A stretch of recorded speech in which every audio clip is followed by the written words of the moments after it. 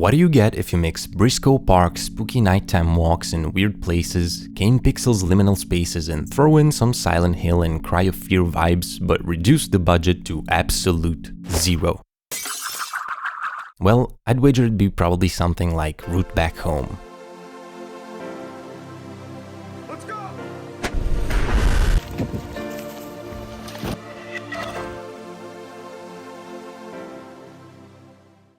Route Back Home is a YouTube horror unfiction series made by Campfire Connor and completed in 2023. It's composed of 18 episodes, each lasting anywhere from 6 to 37 minutes. As of recording this, it sits at a whopping 2,400 views on the series channel and 266 views on the full version on Connor's main channel. Which is sad to see, because for what it is, I think it manages to tell a creative and emotionally compelling story that would have probably been a bigger hit if it had come around the time of projects like Marble Hornets. Now, I'm gonna level with you. Route Back Home has a whole slew of things to criticize, and I will do so in the discussion at the end, but I wouldn't have covered it if I didn't deem it worth watching. The main concept of Route Back Home is simple enough. We follow a young man as he repeatedly crosses over into a dark alternate reality in search of his father. We soon start to understand that this obscure world might be more dangerous than it seems at first, as he encounters strange creatures and reality around him shifts in unexpected ways. As the series slowly progresses, we get more and more clues as to what this dimension is, how it works, why our protagonist is able to cross into it, and what role his father plays in all of this. If you enjoy any of it, please go subscribe and leave a comment on the original creator's channel. He uploaded the full cut on his main channel, Campfire Connor, and he's still making videos, so go and give him some love, please. The series starts with Daddy Longlegs. Our protagonist explains that he's been here for a couple of days now, though we don't know where here is at the moment.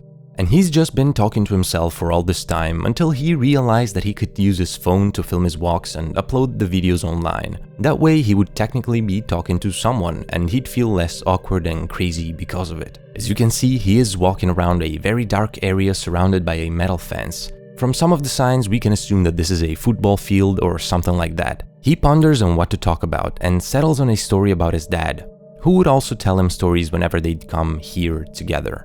He says that his dad grew up in a poor family, and that both of his parents used to work during the summer, so they enrolled him and his siblings into a summer camp. His dad is the youngest of the kids, and he comments that he's always been young in his attitude in general, though he adds that it's not meant to sound demeaning and that his dad is a good guy. Small comments like these actually add important pieces of information that we should keep in mind. He gets back to the story. His dad, being the youngest, would always try to make friends and do what the older kids did. One day the kids find a hornet's nest and they're prodding it with sticks. So in an attempt to impress them, his dad decides to prod it with his bare hand. Turns out it's not a hornet's nest at all, but instead a big cluster of daddy longlegs that collapses in his dad's hand, so he just runs away in a panic. The most interesting part of it, for our protagonist, is his dad's comment. The adults always told him the typical phrase, "They're more scared of you than you're of them." But he says that that's bullshit, because when he saw them running, their skinny legs flailing around, he realized that they ran the same way he did, in a panic. And that's when he understood that they were both equally scared. So that's the story.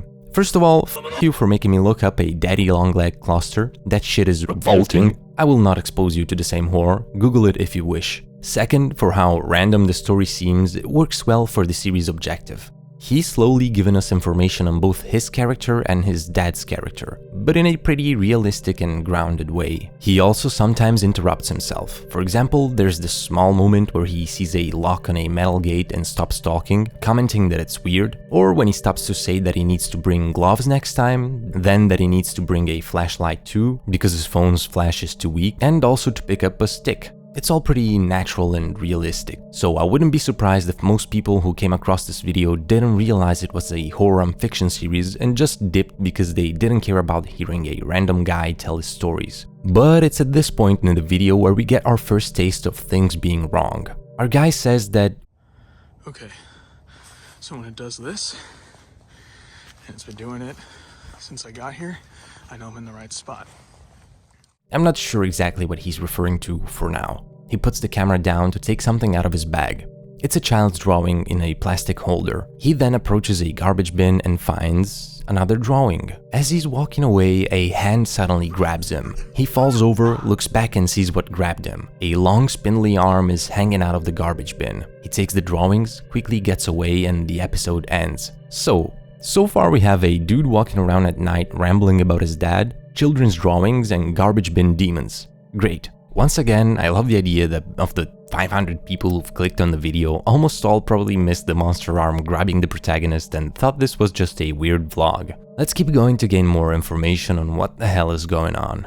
The second episode is titled Lost and Found, and it starts pretty much the same way as the first. Our guy tells us that he's still there and recording, but that this time he got new waterproof shoes that he likes a lot and gloves. He gets suddenly interrupted by a low rumbling sound in the distance.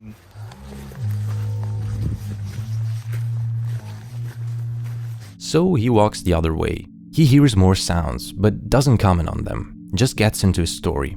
And this time it's about himself, about how he used to get easily distracted as a kid. Basically, one time he was with his parents at a supermarket, and while his dad was looking for something, he ran off and got lost.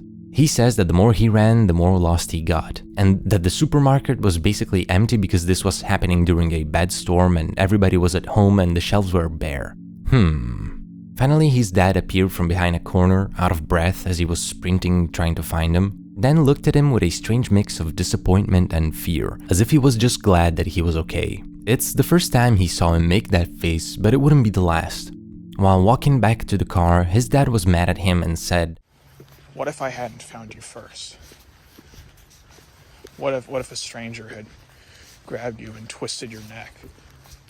Which is totally a normal thing to say to a scared child, and apparently a turn of phrase that his dad really liked to repeat for some reason. While he's talking about this, there's a blink and you'll miss it moment where the phone's flash seems to not work properly, and right then it looks like our protagonist suddenly changes location. He was walking near a row of houses at first, but after the quick fade, he's suddenly on a road surrounded by fields. It's a small thing, but it's foreshadowing of what we'll get more of down the road. He keeps talking and says that this particular comment scared him as a child, and he was always afraid of being alone after that. Even to this day, that's when he walks into a field with these weird black metal structures jutting out of the ground and says that he's getting a good feeling, and is interrupted by another low growl. And here's another random comment that's not really random, but actually gives us more context.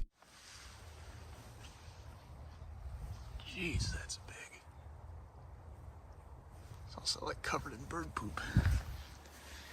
I don't know if there are birds here or if it just brings the poop in and not the birds. Birds seem too hard. So, if it wasn't already clear from episode 1 and from me basically spoiling it in the intro, it seems that our protagonist is not in our normal world, but somewhere else. More on that as we keep going.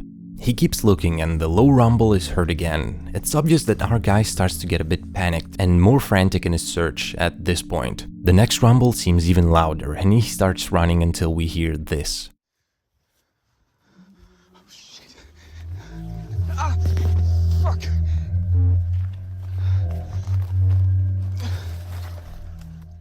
It looks like the drawing was on this tree, and as soon as he grabs it, the sound stops. He recovers his breath, starts saying that one of the commenters mentioned something, but the episode ends and he doesn't finish his thought. So, a few things. Where the hell in the US do you have these weird metal structures in a random field? Is it like a work of art or something? Whatever it is, it obviously makes for a pretty surreal location when used this way. Next, I really like how this time the horror is just audio-based. After the brief encounter in the first episode, it works well at using our own imagination against us and making us wonder what else could be out there. For now, we can theorize that our guy is looking for drawings and that he can feel it when he's getting closer to one, and that this place might be some kind of alternate dimension. Also, keep in mind that supermarket story, because I don't think that he simply got lost as he says. This third one is called Ice Cream Sundae, and this time it's snowing. Once again, he says that he's getting closer and he's got another story. But first, he addresses the comment he mentioned last time. Somebody said that the garbage bin armed demon waited for him to gather all the drawings together to grab him. So last time, he decided to keep only one page on him and leave the others in a stash. He thinks that this is what might have saved him from whatever made the rumbling noise. Our protagonist mentions that his dad apparently always used to keep important things in two different spots because he was always losing stuff. One time he was on a trip and had all of our protagonist's drawings in a folder with him, but forgot them on a bus or in a cab. So, two things. Our guy comes across a big pile of manure. Why did I do that? Holy shit. Yeah, I don't know why I did that. Sorry. So that's cool. But also, you see where this is going, right? His dad used to keep important things in two different spots, and one time he lost his son's drawings, and now his son is finding these pages with a child's drawings in this other world, which, by the way, we need a name for. Much later, he'll call it the downside, though just once, so I guess we'll go with that. So, what I'm thinking is that the dad would keep stuff in the downside, because he was somehow able to cross into it, just like our protagonist. It stands to reason that he could have lost the drawings here, that's why our guy is now finding all of them. But maybe it's not even that simple. In the next line, he says that his father really beat himself up over this, but then said that even though he lost the physical drawings, he still remembered all of them and kept them in his heart. To which our guy comments, And I guess he wasn't kidding. To me, it seems like here he's referring to the drawings he's finding right now, which would mean that the downside is somehow influenced by a person's mind and memories, and that these drawings were recreated by his dad in here. Let's keep digging. The actual story this time is once again about his dad's side of the family. He reveals to us that his grandfather used to be an alcoholic and a gambler. He used to be a blue-collar worker and would get paid on Sundays. On those days, his dad and his siblings would wait for him to come home with his paycheck and take them to eat ice cream. Sometimes he wouldn't come home, which meant that he was using his paycheck on, quote, other things. Our protagonist points out that his granddad wasn't a bad guy, that he wouldn't hit his kids or yell at them. So when his dad and the other kids grew up and started having children of their own, they basically did an intervention and told their dad that if he didn't stop, he wouldn't see his grandkids. This worked and he went clean for years. Shortly after our protagonist was born though, granddad relapsed pretty bad. And not only that, he also pulled some of his children down with him. One day he was coming to see our protagonist, but he had a lot to drink, got into his car, and we can imagine what happened. Our guy starts breaking down as he's talking about this, and he comes across another drawing on a wooden cross. Funnily enough, the drawing depicts a car driving towards a forest. Suddenly, our character falls to the ground. Here we can see that there are a whole bunch of crosses strewn around.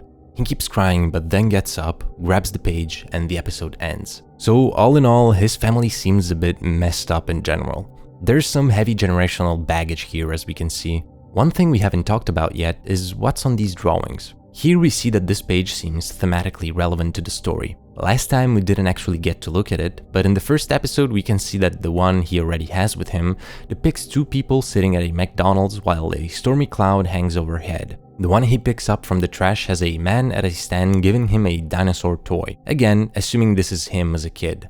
So these don't seem too relevant so far, except for the stormy cloud, which could be tied to the storm he mentioned in the supermarket story.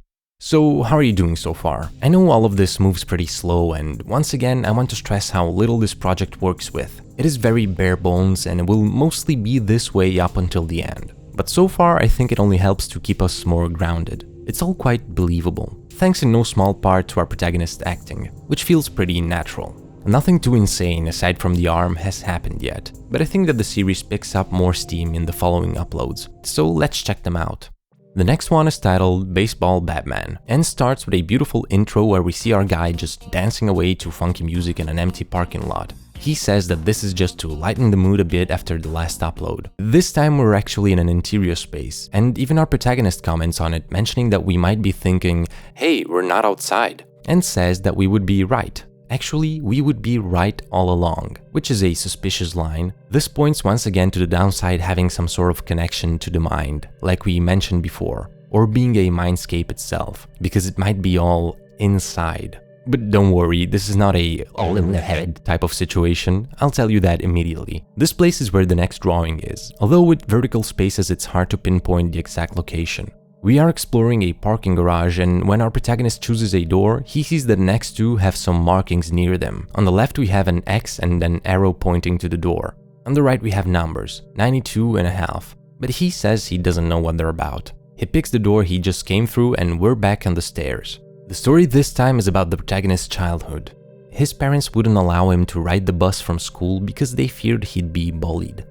Which, that's normal. So his dad would pick him up and they had a procedure when they'd come home together.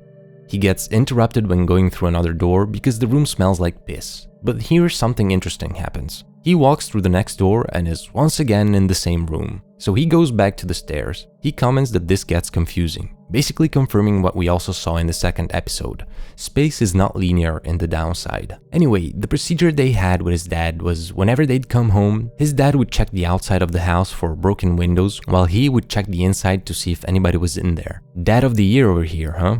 When he realized that this was not normal, he asked his dad about it. While he's telling us this, he reaches the bottom of the staircase and goes into another small room. But here decides not to use the door in front of him, almost as if he could feel that something's behind it. So he goes back, but he's now at a different staircase.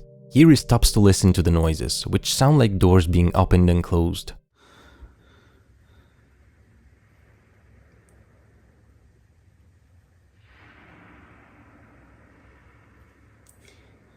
There's also this noise which I'm not sure if it's just him scraping the wall or something else more sinister.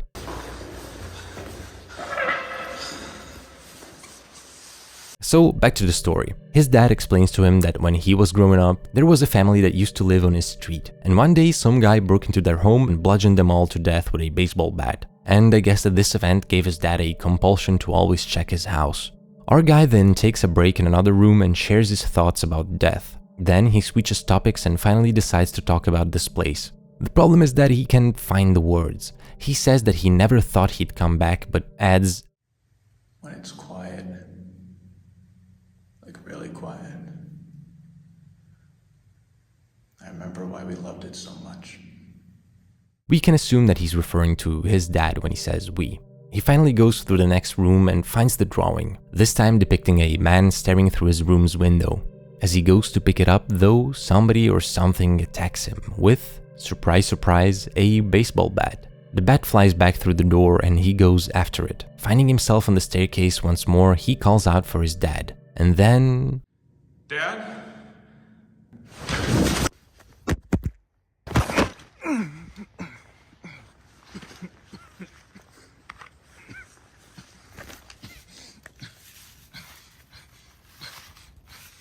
He seems to fall through the floor and finds himself back outside spitting out blood. We can also see that he had taken out his gun. The episode ends. What I find particularly interesting this time around, besides the fact that we're getting explicitly into spatial anomalies now, is the obvious tie between the story he was telling and this attack. Either it's a big coincidence or he somehow manifested it through his recounting of the baseball bat murder. The fifth upload is Turnaround Creek and starts with a question. Do you think that there are actually a bunch of frogs back there? Or do you think that's just noise? Because I have been walking around here for some time and I have not seen a single frog, and that noise has been driving me crazy. So after the pigeon comment, this is the second time we get an idea of animals not being present in this world, but their effects being observable, like pigeon poop and the frogs croaking. He says that he's feeling good this time because somebody complimented his shoes in the comments, but also because he's getting the hang of this page hunt. The story this time is once again about his childhood. He points out that he actually had a good childhood, which is why the bad things stick out more. He used to draw a lot when he was little. He used to have a game with his dad where they would basically draw riddles for each other. Then he sees two more bins and checks them out with his phone first this time, to avoid being grabbed again. He finds nothing, so he proceeds to the bridge. And here we get what is probably the creepiest moment in the series.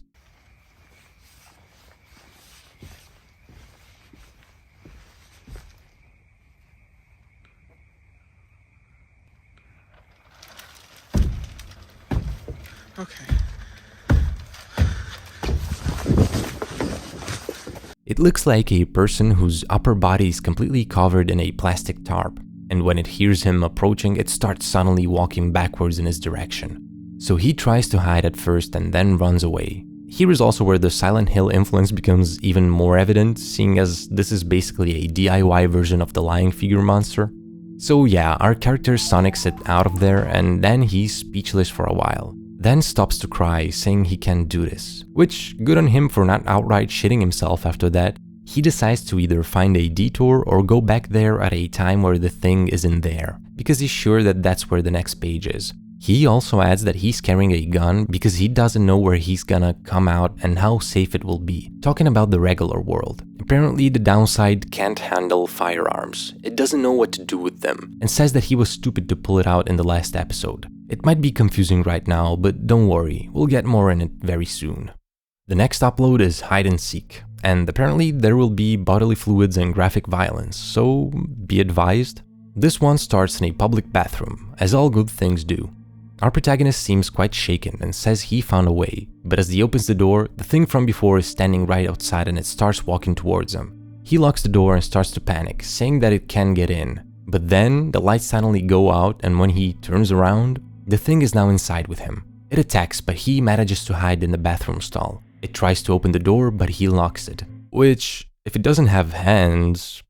You know what? I don't wanna know.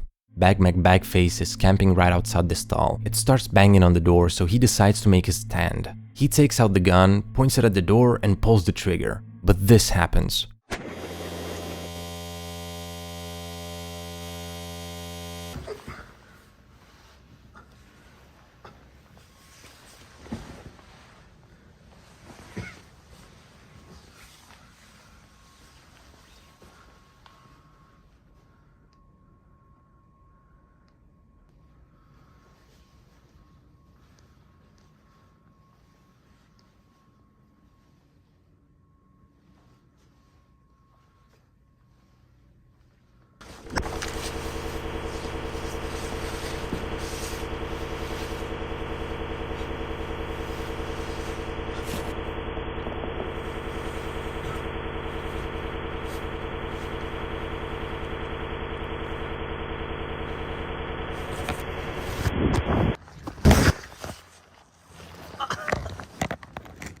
It's like the downside glitches out and starts throwing him across different places. I love this sequence, it's really so simple. It's just about cutting the scenes at a point where the transition feels natural, but I think they generally do a good job at making it feel real.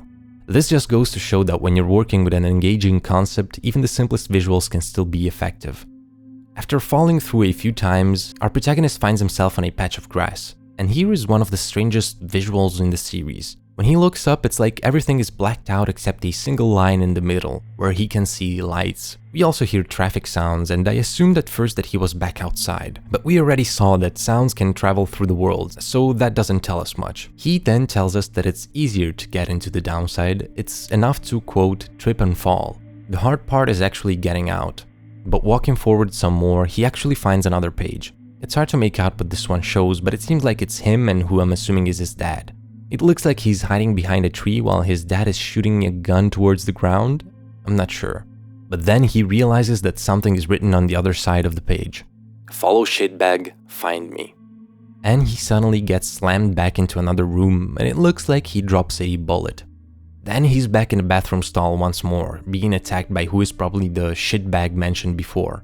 The lights turn back on and it seems to have left. Our protagonist starts taking out his bullets and throwing them in the bathroom, when one of them falls outside the stall. As he tries to reach it, shitbag suddenly crushes his hand with his foot, and you just have to listen to this.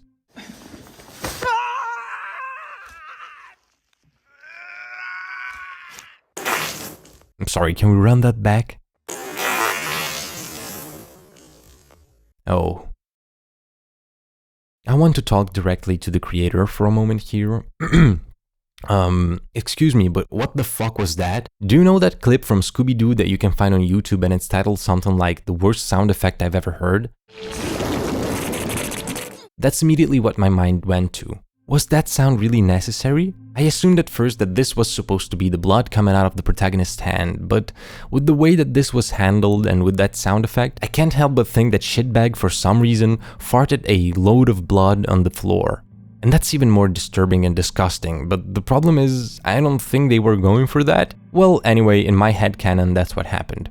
As you can see, this project can come off as quite silly at times, and sometimes it's not even a problem tied to having no budget, but simply silly decisions. So anyway, after that, he finishes flushing down the bullets and suddenly we get another glitch and look at that. It seems like we're finally back in the normal world. You okay? Yeah, I'm fine. You sure? Yeah, Hey, Dad. I'm okay. You see doctor? No, I'm fine. Thank you, though. Next, we got one step forward. And this time we start in the real world, just like the last episode ended at. Our protagonist says that he's doing alright, that he had to go and get his hand fixed up. He stops to get a burger, and while eating says that he didn't know it would be summer when he got out, because apparently both space and time are weird in the downside. He adds that as a kid he would go and spend an hour in there, but when he'd come out only a minute had passed. That's when an old friend recognizes him and the two start chatting. He asks him how the search is going and if they found anything, and from our protagonist's answer we understand that he's referring to the police. Here we have a very important piece of context that was missing so far. Apparently his dad ran away or disappeared, and at this point the cops basically stopped looking. The protagonist adds that before he disappeared they had a big fight over something stupid and that he thinks he hurt his dad. So it's obvious he feels responsible for him running away. The friend tries to support him by saying it's not his fault, and our guy adds that now he's searching for him on his own. So I think it was already easy enough to intuit that he was scouting the downside in search of his father and not only of his drawings, but this gives us a confirmation. Perhaps the pages are a sort of breadcrumb trail that leads to him. As we mentioned before in the third episode, when his dad had lost his drawings, he still remembered them by heart, and it seemed like they appeared in the downside. So they are connected directly to him. This could also mean that the message we saw before, the one about following shitbag, could have been written by his dad. The question then becomes, why is he not just showing himself? What's his endgame here? The friend leaves and the protagonist goes to a bar to get some drinks by himself, then seems to be a bit drunk and wandering a subway station. But then he gets inside of an elevator and starts hitting his phone on the door. This is something that happens a few other times, and I think the implication is that he's trying to cross over when he does this, basically kinda trying to find soft spots in reality to go back in the downside. I'm not sure, but that's the only thing that would make sense to me. He keeps walking and we get a cut. In the next part, I think he managed to get into the downside, and though it's kinda hard to make out because there's a lot of wind, it sounds like he says that he's found a perfect metaphor for this place, sewage, because it's an amalgamation of all the shit from anyone who's ever gone through here. Shit on top of shit on top of shit. So this gives credit to the idea that the downside is somehow connected to people's minds. It implies that anybody who enters it brings something with them and influences it in some way. He then finds a random chair and sits down, and here we get another strange piece of context. Apparently his dad found this place because he was on a, quote, heroic amount of shrooms, and he just tripped and fell. While in the downside, he found some other people and figured out how to get back. After a while, it stopped being scary and became cool. When our protagonist became old enough, he started to take him in too. So remember that supermarket story? Where our protagonist got lost and his dad was very scared and angry when he found him? Well, I think we have enough info now to suggest that he probably didn't simply get lost, but perhaps crossed into the downside without knowing it. And it's possible that his dad figured it out and that explains his reaction. Or maybe I'm reading too much into this, but from the way he describes the supermarket as being empty and bare, I think it fits with the downside. He starts walking once more and the growl can be heard again.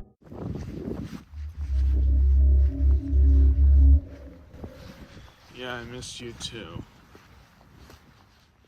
Next comes Nest of Thorns, and this is a weird one. It begins with the protagonist telling us that he had a change of clothes, but that he couldn't grab his bag because his hiding spot got flooded. There's another problem. It seems like the next drawing is buried in a thicket of thorn bushes. But our boy's a trooper, so he just jumps into that shit. Here he finds a small digital camera at first, and then we just have a long sequence of him basically trying to dig his way through the bushes, which for me gets an A for dedication. He finally grabs the drawing, and this time it seems like it depicts him possibly sick in bed while his dad brings him hot soup. Wholesome, but also kind of random. Like I said, pretty weird. Then we have No Sick Days. Our guy got his bag back and is also now wearing a blue latex glove on the hand that was hurt before. He also shows us that the thorn bush scratched him up.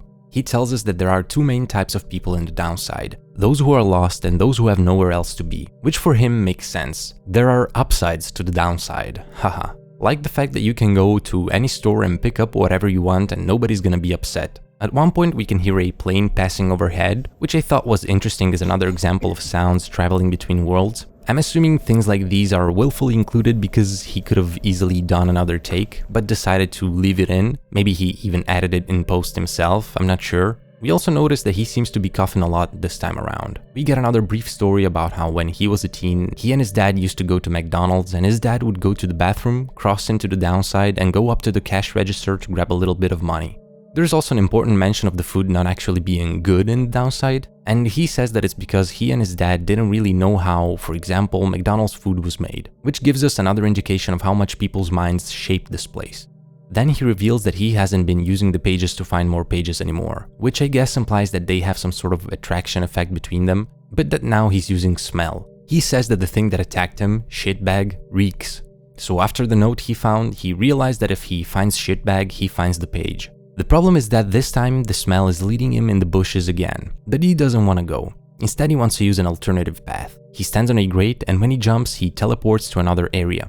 Going down the stairs, he sees the page being dragged by the same arm we saw in episode 1 into what looks like a classroom. In here, the lights suddenly get turned off and one of the chairs gets thrown over. He tries to stay silent in the dark to not get spotted, but then he coughs and we hear more chairs being thrown around. When the lights come back on, he rushes to grab the page from the desk and then seems to teleport through the wall to the stairs. He coughs some more and the episode ends. In Next Day Gone, our guy is coughing up a storm, so whatever he's got seems to be getting worse. This time he finds the page immediately, and this one seems to depict him giving his dad some ice cream, possibly for his birthday. He explicitly calls them breadcrumbs this time around and says that they're getting closer and closer together. Then he wants to show us what he actually does with the drawings. In the folder we can see another one of his dad taping him with a camera, and he seems pretty happy about it in the drawing. Perhaps this is them filming their adventures in the downside. While he's trying to put the page away, he hears another growl, so he decides to skedaddle out of there. He hums a song and says that it's been stuck in his head for a while. This is a random thought that will come back later. For now, he starts telling us about how he hated trips. He loved going somewhere on holiday, but the trip itself, to go from A to B, always felt like a waste of time. He always loved being at the destination, but always hated getting there. Which, of course, ties in nicely with his ability to cross into the downside and use time and space to his advantage now. He keeps reminiscing, and most of it is not really important, except that when looking back, he views his child self as a, quote, persistently annoying asshole. He keeps walking, and at a certain point hears the familiar sound again. There seems to be a small light in the distance and he starts getting closer to it. On the ground he finds a battery, then a few meters further a pouch with more batteries and a flashlight. And then there is a tripod with a camera mounted on it, and this is another very cool moment. He starts seeing himself in the photos checking the camera in that exact moment, which is obviously impossible. So he starts backing off, and on the other side of this wooden structure there lays the lower half of a man, who was seemingly ripped apart. And then shitbag is back. This time it runs away, so our protagonist decides to teleport somewhere else. Here he finds the same camera and tripod with another page attached. The drawing depicts what looks like him and his dad, but on two different planes, as if one of them was in the downside while the other in the normal world. He takes the tripod and leaves. In the next upload, Try to Repair, the protagonist is trying to patch himself up, but things take a weird turn. Remember the scratches caused by the thorn bush? Well, apparently the thorns left something in his body, because we can see a little stem growing out of his arm. He decides to pull it out, and safe to say that it's a pretty painful process. I'm not sure of what significance this really has, because it's not brought up again. My idea is that maybe it's either just one of the dangers of the downside, like plants growing out of your body like parasites, or if it's meant to be something deeper, even metaphorical, as in the downside is taking its roots in our protagonist. Anyway, cool moment. He then gets up and moves to a different spot, but here, very rudely might I add, shitbag suddenly appears and launches towards him, which throws him into a different room. Here our boy throws up a piece of paper, so I guess that's why he was coughing. When he unfolds it, it reads, "Almost there." He then gets into an elevator and starts doing that weird thing with his phone again, tapping it against a door. On some stairs, he finds another drawing, this one depicting him and his dad on what looks like a pier, and the episode ends with him running up the stairs. The next upload, Here and There, already starts high octane. Our character collects a blank page, and it's hard to make out, but I think he says that it's the third one. Immediately, we realize that shitbag is on his tail. He keeps running, but suddenly glitches into the bathroom from hide and seek. From the sound, we can assume that shitbag's there with him. When he opens the door, though, instead of going outside, he's in one of the smaller rooms in the parking garage. He exits towards the stairs and takes a look at the pages. He has two theories for why they are blank. One is that maybe he's so close now that his dad thinks that a piece of paper is all he needs. The other is that he might be bringing these papers in faster now and doesn't have the time to make them into drawings for some reason. He decides that he's gonna find his dad no matter what creatures lurk around. Then he gets up to go and immediately finds a trail of messages. In order, they read, "That's the difference between you and me. You can't let things go. You let your feelings," and the last one is unreadable, but I'm assuming it's something like control you or get in the way. He then sees another piece of paper under the stairs and it says, "But me?" And when he grabs it, he's transported somewhere else with another trail completing the message, "I'm just free." Close to these, there's also the next drawing, and it depicts our protagonist, not as a child, but now with his very recognizable outfit. Our guy leaves the camera on the tripod and walks forward into the grass. Here it seems like he finally finds his father, laying on the ground, lifeless. He tries to perform CPR, but it's useless. Then he grabs one of his arms and it comes off. This is also when Shitbag approaches him and our protagonist screams and seems to blink out of existence.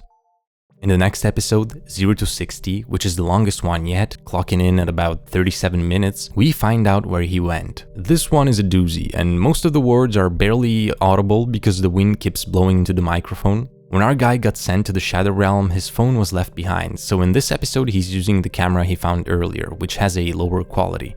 The order of the episodes is divided in all the clips he recorded while here, which go from 0 to 60 and indicate each day that passes. He starts out being all Joker baby, laughing to himself like a madman. When he manages to pull himself together, he tells us that he's been exploring this new place for a day. It's very hard to figure out what he's even saying most of the time because of the wind, but the gist seems to be that he finds himself on a sort of island in the middle of nowhere, surrounded by ocean on all sides. He even draws us a little map.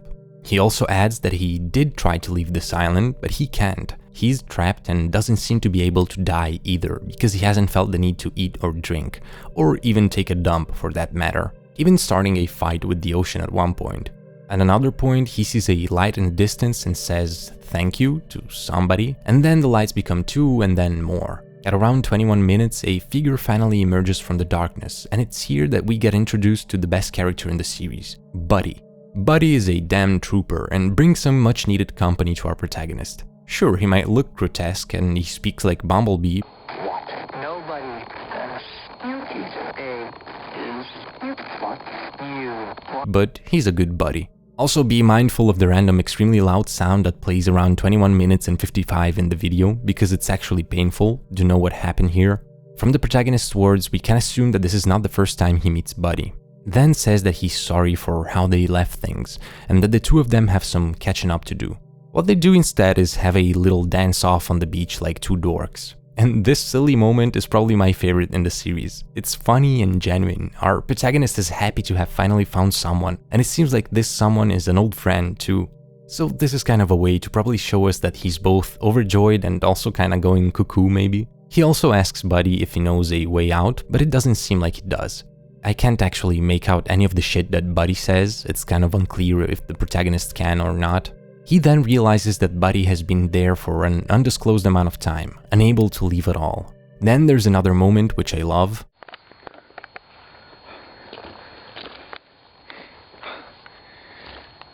There's wood chips and dirt here.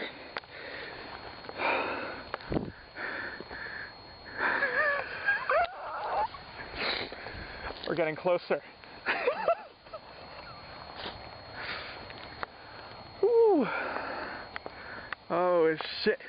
By this point, our character has probably been there for a month or so, Buddy much longer probably, so of course even a little thing like wood chips being on the ground is a huge victory because it's something finally different, and might be a clue that they're getting somewhere. The protagonist looks at the moon and realizes that even here it has phases, and that tells him that he's been there for much less than he thought. He says that it felt like years to him, but it's actually much less, and then he starts breaking down.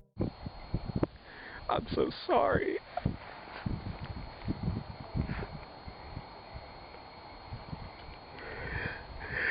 I'm so sorry.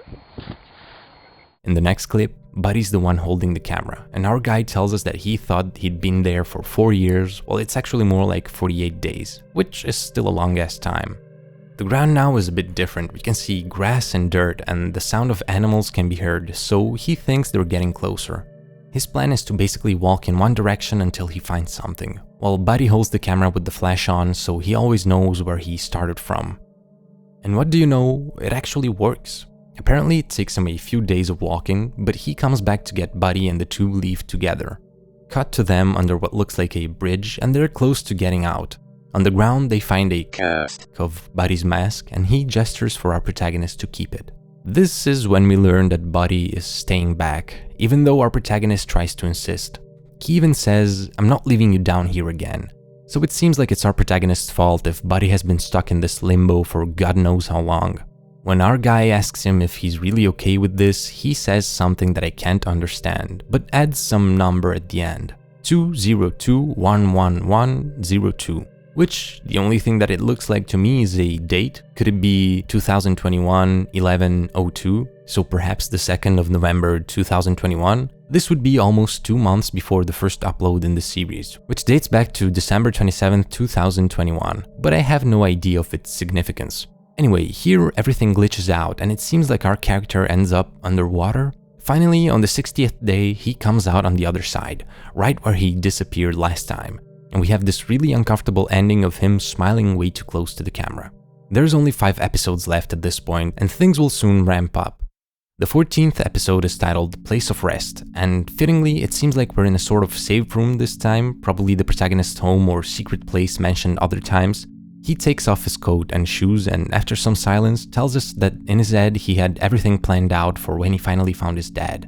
He wanted to sacrifice the drawings in order to get them out of there, then go together and catch up in a coffee shop or something. Just like the viewers, he's got lots of questions, and his dad was the only one who could answer them, but now he's gone. He also says that there wasn't much left of his body, which would explain his arm coming off when he tried to reanimate him. He's at a loss, and it seems like he's just gonna give up at this point. But after some more time spent thinking in silence, he grabs his shoes and decides that his new objective is taking down Shitbag. That way he won't be able to hurt anyone anymore. The next one is Ins and Outs, and from the disclaimer at the start, we can assume that this is where shit starts hitting the proverbial fan. It begins with him once again walking around, but immediately we can see that the camera is having some visual glitches. He mentions that one song they used to play in the car with his dad, which might be the same one that got stuck in his head in episode 10. He says that one specific line from it keeps coming up in his memory. It's easy to be tough, but it's harder to be strong. Although later he'll correct himself and say that those are definitely not the right words. At one point he stops at a blinking light and for a moment the sound disappears from the world. After a longer glitch, he is transported to a different street. He's not sure what's going on, but says that it's better not to pick apart all of the details in this place, especially because many of them are not, quote, yours. Again, what can be found in the downside is a collection of what others bring with them inside. You get more glitch cuts and locations and loud noises. When he gets teleported to a parking garage once again, he says that he needs a staircase, so it's probably another case of using verticality to travel more efficiently. Also, he realizes that he just came from a staircase, but it's not big enough. Quote, the effect gets bigger with bigger buildings, unquote. He needs a huge building because he needs to do a huge jump. He finally finds one, and here we got glitches that keep extending the staircase so it seems unnaturally long. Our boy reveals to us that at first his dad thought that this was some kind of afterlife, especially because when he went in for the first time he was tripping on shrooms, as we already established, and he saw his grandfather in the distance, so we thought he had died then. Nobody could really explain what the downside is, but his dad tried to form theories, and even often asked his son's input, but he had no idea. Our protagonist thinks that his dad kept bringing him back here because for him it wasn't just an escape. It felt more real when someone else was around and if there was more stuff to do. He adds that one could even control stuff like the weather in there. He just needed the right ingredients. He then goes through a door and comes out in a garage in someone's home. It seems like he was looking for this place to grab tools to fight with. And what do you know, he finds the baseball bat. But something suddenly grabs it and hits him. For a moment we see a hand reach out and rip the skin of his arm before hitting him in the face with the bat. And before going forward, here is when I noticed how the camera doesn't even seem like something he's holding at points, but acts like his own eyes basically. I don't know, it's kind of a silly and unrealistic thing that many found footage videos are guilty of, and I think you have to point out things like these because it breaks the immersion. Like, his skin gets ripped off and he points the camera at it, then the bat hits him on the camera. Alright. As he is hit, he is suddenly in a nightclub, then in the bathroom of said club. Then for a second, a spider appears. And then he's here, and finally back in his safe room. He's being got pretty good, as we can see. He grabs his stuff and says, "They're working together," before the episode ends. In episode 16, right behind you, we finally get one important confrontation. It starts out with our character speaking directly to the creatures. He says that the whole place reeks of them and that he doesn't understand why they don't just kill him instead of hiding. He adds that when he got to his dad's body, it was still warm, so they killed him right in time for him to find it. It's like they're playing a sick game. That's when he realizes that it's not that they don't want to kill him, they surely do, it's that they can't. He tells them to prove him wrong, so he immediately gets hit with the bat once again. After a bit of a scuffle, where he keeps threatening whatever forces are attacking him, he gets up and says, "I am not alone." Something flies across the screen and Buddy to the rescue again. My MVP smashes something fleshy against the wall with the bat and the two hug. The protagonist then follows the direction of whatever flew by and, surprise surprise, it's that pesky arm once again. So he steps on it and basically interrogates it. And yes, if you're thinking that this is very silly, you're right. But it's also so funny that I kinda love it. He wants to know where Shitbag is in exchange for not killing this thing. So the arm writes something on the ground. Home. In the second to last episode, Bury a Friend, that's exactly where we start. At home. Buddy waits outside while our protagonist starts exploring the house. After hiding in the bathroom for a moment, he realizes that one of the doors was covered in a sheet of paper. When he goes through, he finds himself in what looks like an abandoned basement. And this looks straight up like something out of the nightmare world from Silent Hill. He starts hearing banging noises and decides to slowly follow them. These lead straight to Shitbag.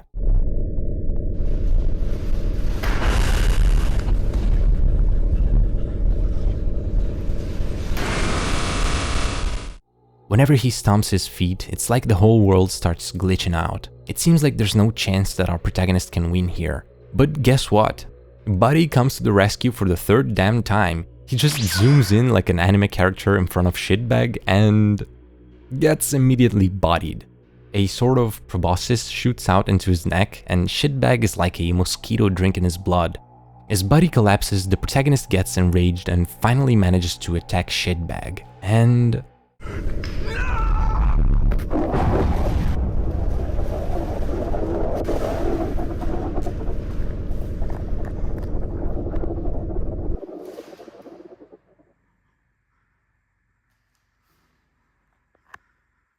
that's it.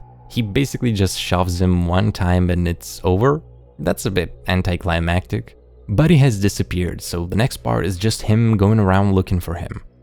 It also seems like after Shitbag's death, everything becomes glitchy and unstable, because this area was made by him, and without him, it's gonna, quote, sink. At the end of his rope, the protagonist starts falling through different places once again. He ends up in one of those small rooms from the parking garage, and Buddy is right there with him. And once again, I can't make out any of the shit Buddy says, but from what I understand, he tells him to go through the door and face his demons, before finally dying. Rest in peace to a real G.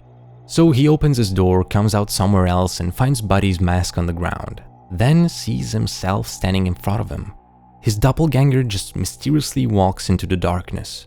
Then they're both in what looks like an apartment complex, and he follows his copy up the stairs and up to a door. So we finally come to the last upload, beginning and end, where we'll finally get some much needed explanations. Our protagonist walks into the apartment and another man is talking to him, saying that he had to fix up the place. In the room, he finds a tarp on the ground with a chair and lights around it. We get this piece of dialogue.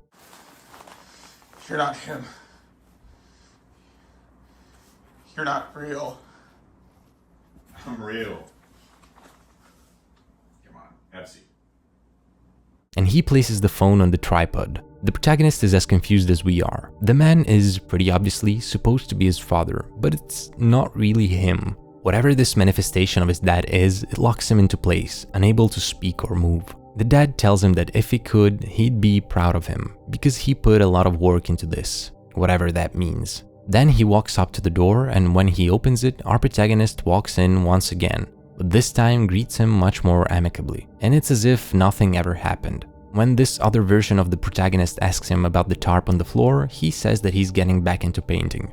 It's his dad's birthday and he actually brought him a gift, one of his childhood drawings, which he got from a time capsule that they buried together at their old house.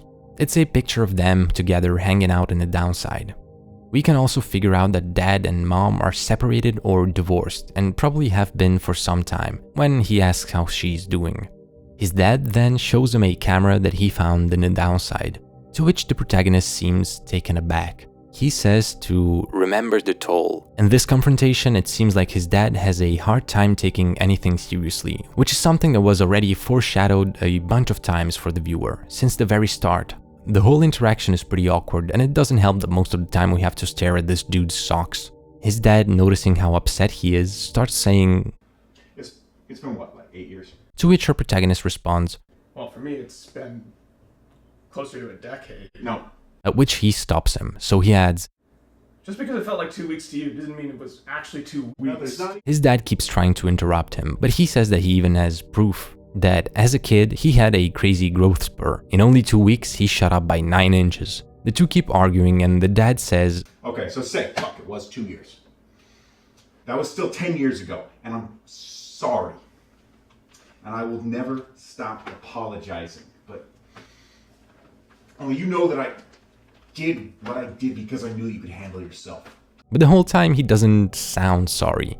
He seems amazed at his son's instinctual ability to interface with the downside and to create things in there. We understand that his dad basically abandoned him in the downside for 2 weeks normal time, in hopes that he would develop even more abilities, being able to make food and such. But apparently, for our protagonist, time didn't move the same way, and it was basically 2 years. We also find out that our protagonist created Buddy, because he was alone in there and needed a friend, but then left him behind. So that actually means that Buddy was trapped there for a whole decade, which who knows how much longer it felt like to him. The dad adds, Look, listen, you were in that place as a kid, and you came out a man. which is definitive proof of how disgusting this guy is. He basically tries to manipulate him by saying they can go back together and have fun like they used to. He then tells him to go down and warm up the car so they can go to get food. When that other version of the protagonist leaves, the original one speaks once again and begs dad to let him go. But it seems like whatever is wearing his dad's skin wants him to see the memory play out to the end. Apparently they didn't drive off anywhere because they started fighting and went back into the apartment. So that's what we see next. His dad is raising his voice at him, telling him to stop being a child, and says the lines we've already seen scribbled on the notes. That's the difference between you and me. You let your feelings get the better of you, but me, I'm just free. He tries to hug his son, who pushes him against the corner of the wall. His dad collapses, and it's apparent that the hit did more damage than he predicted. While the scene plays out, we get a voiceover from the protagonist who explains to us what actually happened. Apparently, his dad has had blood clots before, and when he hit the wall, one probably got shot into his brain, giving him a stroke and killing him. So he wrapped him in the plastic tarp and took him to the downside, though he wonders if it was to hide the body or to somehow try and save him. After a cut, we see a daddy longlegs.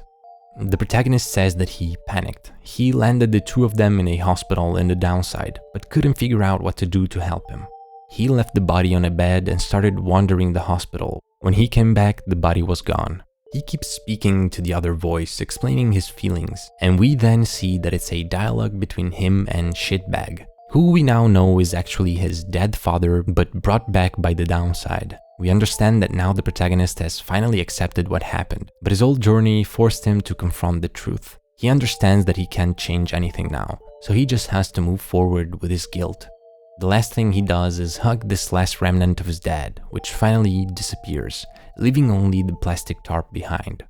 So as I said, what we see happening in the whole series does actually happen. It's not all in the head, but the protagonist's psychology and memory play a big role in it, because they manifest his fears in a physical form. Again, it's very Silent Hill-esque in this sense. To summarize quickly the timeline of the story, if I got this right, when his dad was younger, he figured out that he could cross into this alternate reality whenever he wanted, and that in here one could create things by basically manifesting them, or even bring over stuff from one world to the other. As we've seen throughout this whole thing, his dad is not exactly a reliable guy, and in fact seems like he never completely mentally grew up. So when he figures out that his son can also cross over, and I think that the supermarket incident is that moment, he decides to bring him with. like any responsible parent would.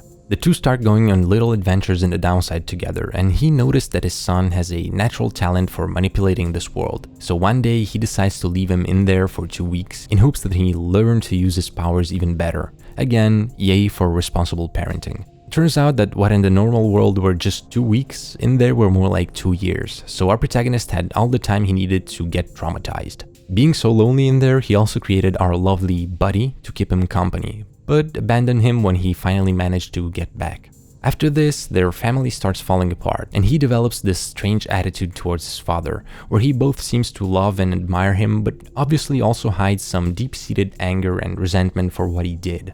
Fast forward to the day of his birthday at the end of the series, and we see that his dad hasn't learned from his mistakes, and obviously doesn't understand the gravity of his actions. After the fight, our protagonist accidentally kills his dad and brings him to the downside. Here the body disappears, now transformed into what we've been calling shitbag this whole time. And I think that this is where the journey of the video starts. The date that Buddy spells out at that one moment might refer to when he actually killed his dad, almost 2 months before starting to film his search in the downside. And so the whole thing is simply him trying to follow the trail of drawings in the hope of finding his dad, though he knows, deep down, that he's gone. While this is really happening, it is also kind of orchestrated by his subconscious, which tries to push him to face the truth of his actions. I mean, it's literally Silent Hill 2, right? And that's basically it.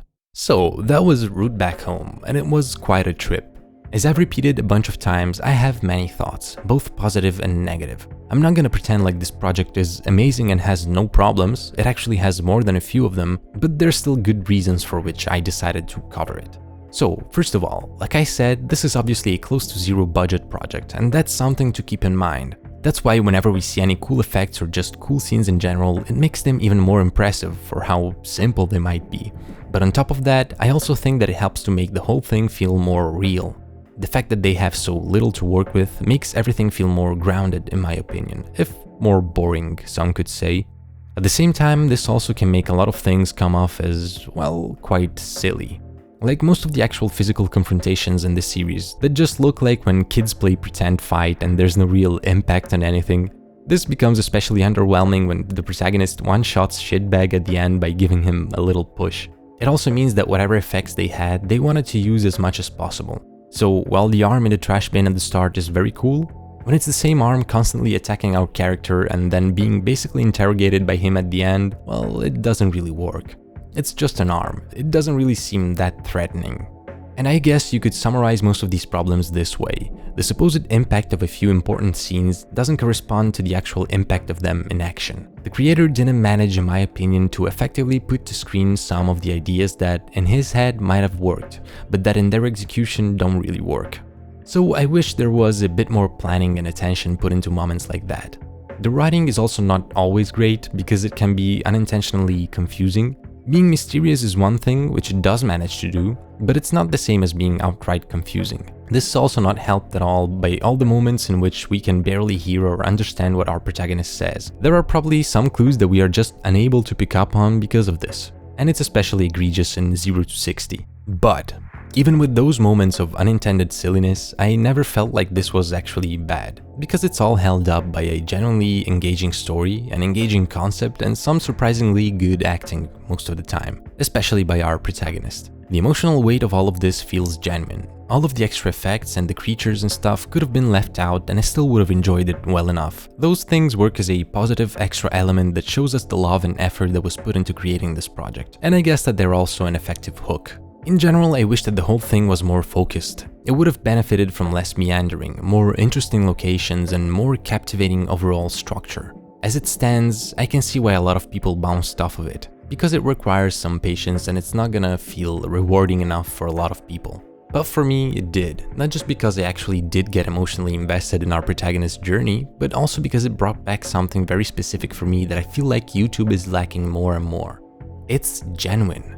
It feels kinda crazy to me that someone in 2021 just had this idea for a story, grabbed this camera and was like, alright, we're doing this, and we're doing this up until the end. It's also why it reminded me so much of Marble Hornets. It seems just like a thing that was maybe first of all for personal enjoyment.